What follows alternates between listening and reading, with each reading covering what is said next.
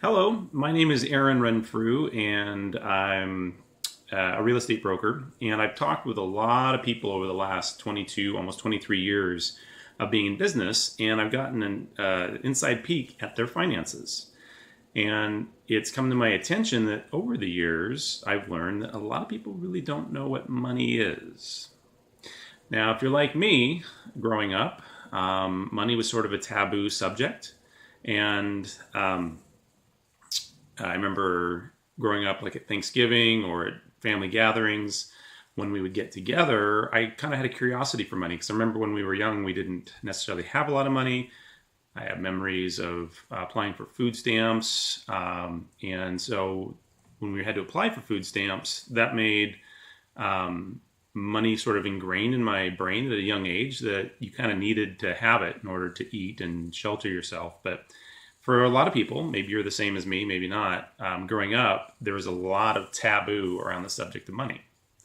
So whenever I would bring it up as a curious kid, I would sort of get these sort of blasé answers or kind of get shoved off a little bit of, that's not polite at the dinner table. We'll talk about it later, that kind of thing. So to start off, I thought it'd be an interesting exercise since we are talking about the subject of money and what it is and why you need to know what it is or you will always be poor, is to compare three things.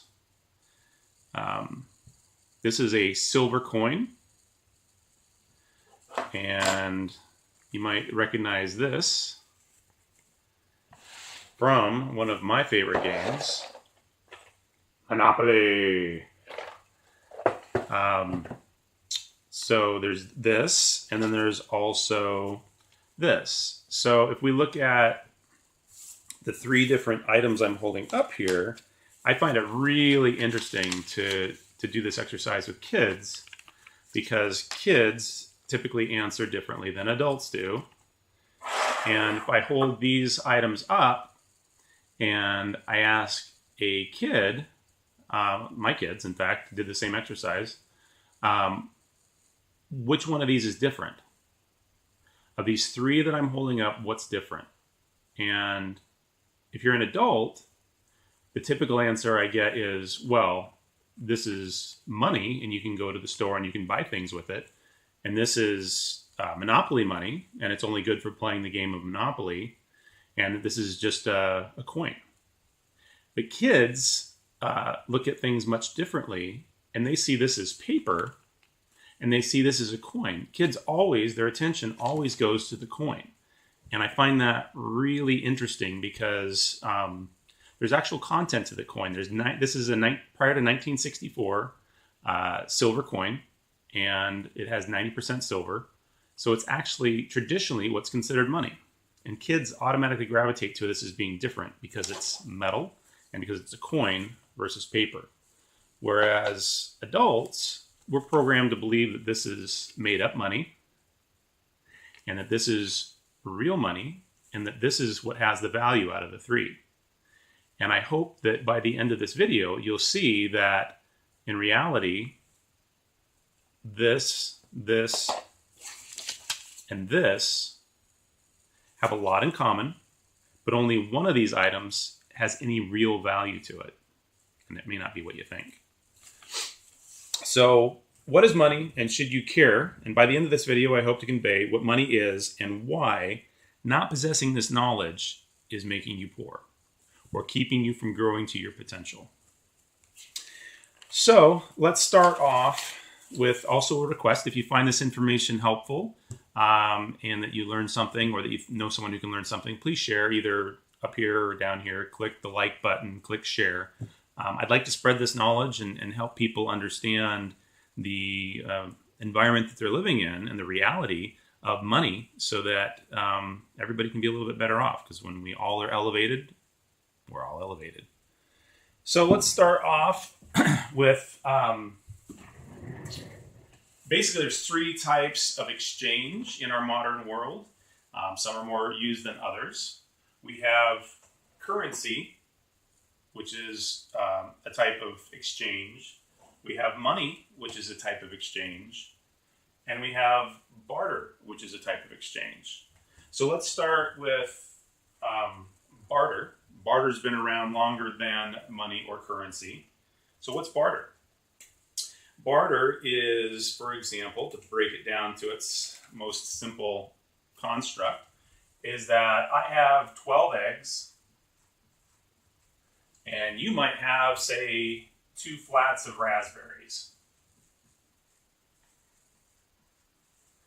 And you want eggs and I want raspberries. So we get together and we decide, well, I've got 12 eggs. Is that worth 2 flats of raspberries, or is that worth 4 flats of raspberries, or 1 flat of raspberry? So there's discussion, there's a little bit of friction there because we have to barter and sort of negotiate. But then we end up negotiating, and yes, we decide that 12 eggs and 2 flats of raspberries are a fair exchange. So we make a transaction, and the economy moves forward. There are some sticky parts about barter, in that you can imagine it's hard to fold up a flat of raspberries and stick it in your pocket, and same with a dozen eggs. And both can perish, or you can drop them off your cart on the way to exchange.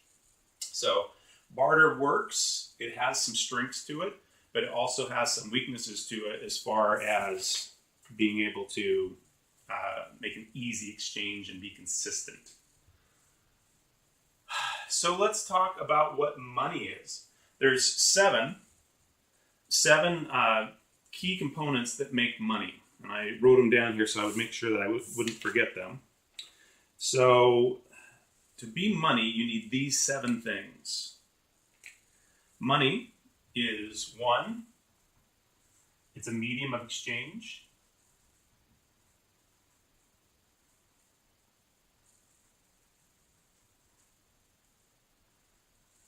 Meaning I give it to you and you give me something in return. It's a unit of account.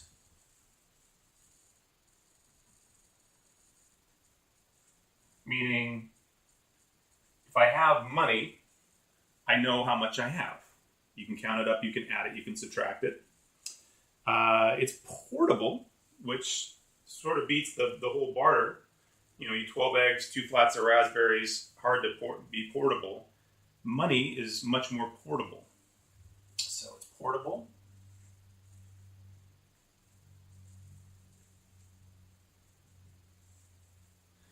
And 4, it's durable, meaning it's not like that flat of raspberries that might have a shelf life of a week. It will last for a longer period of time, so you can carry it around with you, or you can hold on to it. So portable, durable.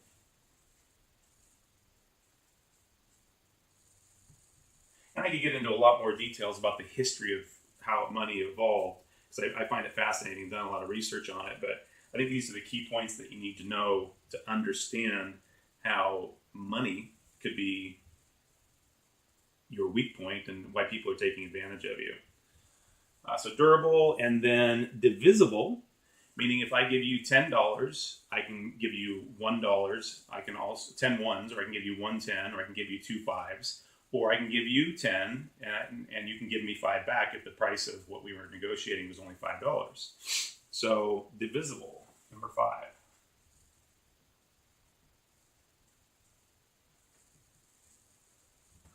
And number 6 is fungible. Fungible. That's a fun word, right? Fungible. And fungible means it's interchangeable. If I have a $10 bill and you have a $10 bill and I give you my $10 bill and you give me your $10 bill, we've exchanged equal amounts. We both have the same purchasing power that we had before. It's fungible, it's interchangeable. And then number 7, it's a store of value. And this is a super, super important point. I'm going to put 2 stars next to store of value. This, I could actually have skipped the other 6 and only focused on 7 for the point that I want to make today.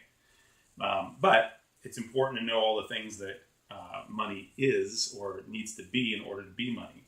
So it's a medium of exchange. It's a unit of account. It's portable. I can take it with me. It's durable. It's not going to perish on my way to the store. It's divisible. It's fungible. and interchangeable, and it's a store of value. Currency is also a medium of exchange. We in the United States actually have what's called a fiat currency, and that's another important point, actually. Fiat. Fiat means it's a declaration of value, meaning the government has said, this is our currency. This shall be exchangeable for goods and services. So I have said it, and so it shall be done.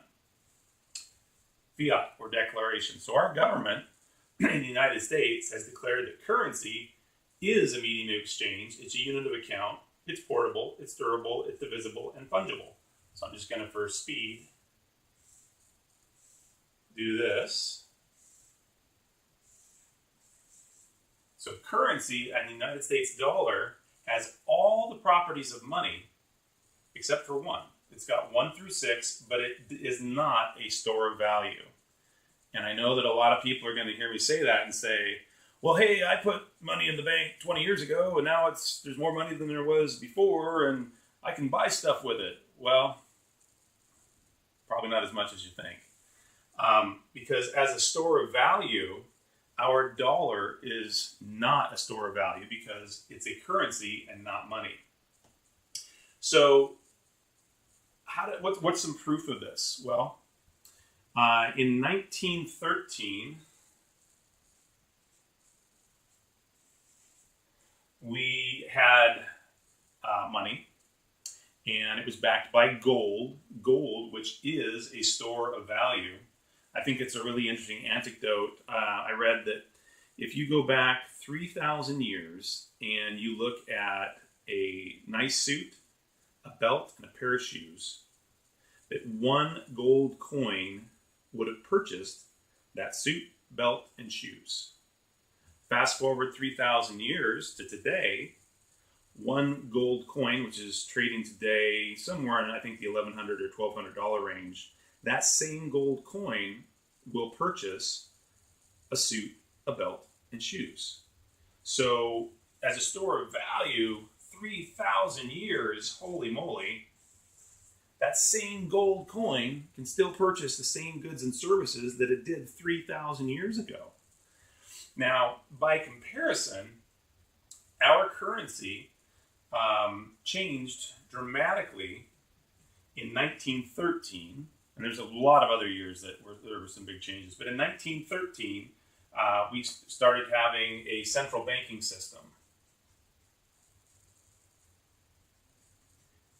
And as many of you know, if you know me, I really don't like the central banking system, but that's another topic. We're talking about money today. But when that happened, that was sort of okay. But in 1971, well, let me back up. In 1971, things were kind of okay up until then. Before that, we actually did have a ticket for money, meaning our dollars were redeemable for gold. And gold is money because it's a medium of exchange, it's a unit of account, it's portable, durable, divisible, fungible, and as the 3,000 year example shows, it holds its store of value. So in 1971, though, Nixon took us off the gold standard, which again I could do a whole nother video on. But when he did that, essentially that's when we became a full currency. Nixon said, our currency is no longer redeemable for gold. So we truly went to a currency system. But in 1913, when the Federal Reserve was created, till now, till today, so this is 2019. By the way, the Federal Reserve was created out of panic to protect purchasing power and the value of money. But between 1913 and 2019, the dollar has lost 98% of its purchasing power. 98%. Think about that. And in about 100 and, well, we'll call it 106 years, in 106 years, the dollar went from purchasing, say, a suit or whatever. It went from purchasing X to being only able to purchase 2% of what it was able to purchase in 1913. So when we come back to here to a store of value, is the dollar a store of value anymore? It's probably worth about as much as this Monopoly money. Whoa. It does not store value. 106 years, store of value, no. Gold, 3,000 years, still buy the same suit, or today's version of the suit, that it did 3,000 years ago. So money is a store of value. And this is the key point that I want to put across to people who are saving money, who are investing in long-term investments with the government like IRAs, 401ks, those kind of items. You need to be very, very careful. Because if the money, or the currency, see, I make the slip too, if the currency you're using is not being exchanged for things that are a store of value, then you're subject to the currency losing 98% of its purchasing power in 106 years. So my guess is that number is actually higher than that, but that's the official number that's being used. Since 1913, 98% of the purchasing power is just gone. So anybody who saved up $1 from 1913 isn't able to buy anything with it that they could today. You couldn't probably buy a gumball with it, because I bought a gumball for my daughter. She has a marble jar. I'm trying to teach her about value and accumulating wealth. So when she does good things on her own voluntarily, she gets a marble in her jar. We went to the mall last Sunday, and while we were there, she said, Daddy, can I have a gumball? And it's her marble jar day, so she can get what she wants. I was shocked to see a little gumball, which, by the way, I think they're even smaller than when I was a kid. Maybe not. Maybe it's the same size. 25 cents for the gumball. When I was a kid, it cost a penny. Penny for one gumball versus 25 cents for a gumball.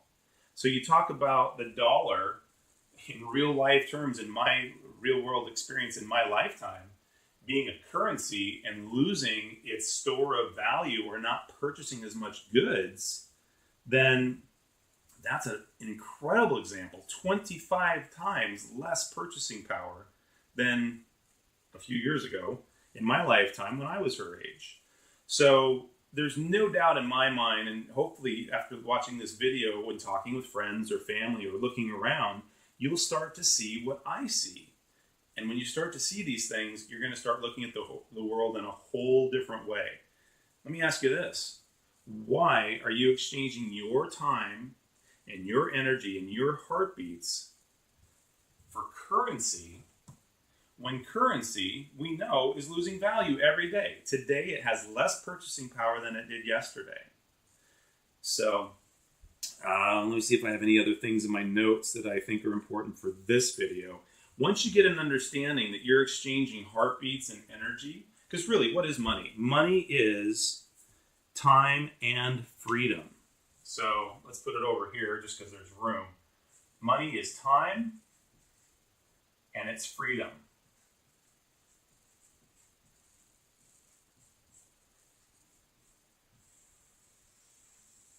So if you don't have a store of value and you're working really hard for a currency that is supposed to be an exchange of time and freedom, meaning you're gaining time, you can exchange and pay someone else to, for instance, clean your home so that you don't have to do that. And that also frees you up to go to the park with your kids. Money is time and freedom. But when it's currency, who controls the purchasing power that's related to the time and freedom? Who controls that? Who takes the value of purchasing power from 1913 to 2019, 106 years? Who took it down to 98%? Why is that purchasing power being taken away? And what can you do to defend yourself against this outright theft? So I think that would be a good place for my next video to talk about, now that we've got a basis for currency, money, and barter. We could go to barter, right? We could just say, well, I know that currency is no longer a good way to do this, but you can only barter on a few things. It's really hard in today's lifestyle and fast pace to do bartering. Even with currency, there is a value to it in the speed of exchange. But the problem is when we change our heartbeats and our time and our energies and our creative ideas for currency, we're exchanging it to get time and freedom. But that time and freedom is controlled by someone else because currency is not a store of value. So in the next video, let's talk about the 98%. Where did the purchasing power go? Okay? If you want to be wealthy, if you want to provide for yourself and your family, you have to understand this. Otherwise, we'll look at the average savings rate in America, I believe is negative 8,000. Like on average, people owe or $8,000 in credit card debt or whatever other debts they go into to come up with that statistic. So if you owe money like that, something you have to go out and trade your time and energy for to go pay back, not only are you not storing your time and energy, but you're giving your time and energy to somebody else. You got to go out and make someone else rich because you got to go pay that debt back. So anyways, if you found this helpful, please go to down below, click like, up above, wherever it is, hit share. I'd really like to get this information out to people. I can't emphasize enough money. There's real content. There's a store of value. There's silver in this coin. This is fiat. This is fiat currency. It has been declared by the game player that this shall have value in playing the game of Monopoly. Now, if I go try to use this in the real world, I could get arrested, right? People wouldn't take it seriously enough to get arrested. But this $100 bill issued by the Federal Reserve of the United States, actually not the government, it's the Federal Reserve, they're a private corporation. But this issued by the private corporation, it only has value for the same reason this has value, that it is declared by the game that this has value. Same reason here. This is not a store of value. This is not a store of value. If you're saving these in your bank, get rid of them. They're cancer. They are losing money every single day. So next video, we'll talk about who's taking my purchasing power and what can you do about it. So thanks a lot, guys. Appreciate your time. Again, I hope it was helpful. Hit the like, hit the share. Let's get the word out and let's help people to understand so that they can have the opportunity. Not everyone will act on this information, but have the opportunity to make a better life for themselves and their family. All right. Take care.